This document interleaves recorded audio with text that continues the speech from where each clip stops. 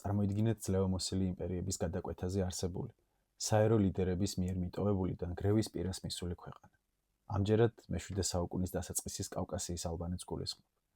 იმ მძიმე დროში ამ სახელმწიფოს ყველაზე გამორჩეული წინამძღოლი არა რომელიმე მეფე, არამედ რელიგიური ლიდერი, სახელად ვიროი გახდა.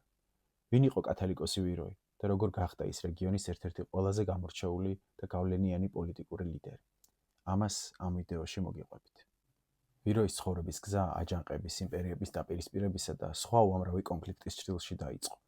ალბანელ თავადთა წარუმატებელი ანტიირანული აჯანყების შემდეგ ვიროი სასანითა კარზე, შაჰ ხოსრო მეორის ტყვეობაში აღმოჩნდა. მას შემდეგ, რაც ხოსრომ ბიზანტიელებს ხელიდან იერუსალიმი გამოგლიჯა, სპარსეთის იმპერიის დედაქალაქში, კტესიფონში, საეკლესიო კრება მოიწვია და თავისი სამფლობელოს ეკლესიების მაღალ იერარქებს კრებაზე დასწრება უბრძანა. როგორც ჩანს, ხოსროს მიერ მოწვეული კრების მთავარი მიზანი თავისი ქრისტიანი ქვეშევრდომების მიაფიზიტობაზე გადაყვანა იყო, რაც მათ დიოფიზიტურ ბიზანტიას კიდევ უფრო მეტად დააშორებდა. სომეხი ისტორიკოსი სებეოსი წერს, რომ კრებას ქალკედონითა ფრაქციაც ესწრებოდა. აი რას წერს სებეოსი. ისინი, ვინც მხარს უჭერდნენ ქალკედონს, იყვნენ ვიროი, ალვანქის, იგივე კავკასიის ალბანეთის კათალიკოსი და მრავალი სხვა ეპისკოპოსი ბერძნული ტერიტორიიდან. მაგრამ იყო თუ არა ვიროი დიოფიზიტი, სამეცნიერო წრეებში ეს დღემდე კამათის საგანია.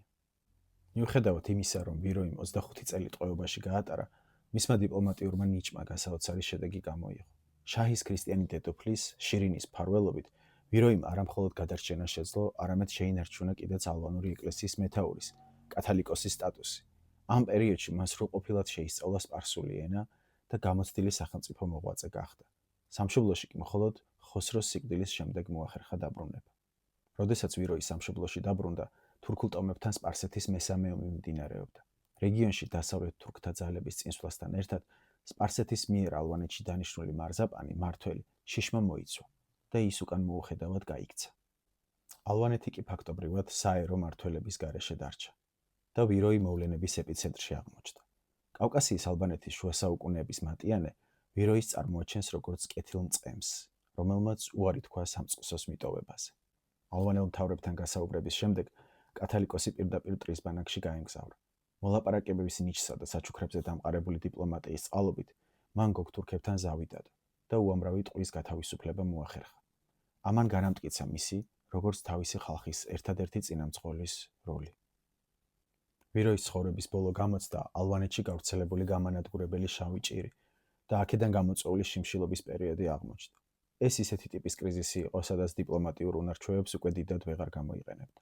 მიუხედავად ამისა, ბოლო დღეები სავარაუდოდ ცნეულთა მოულაში გაატარა.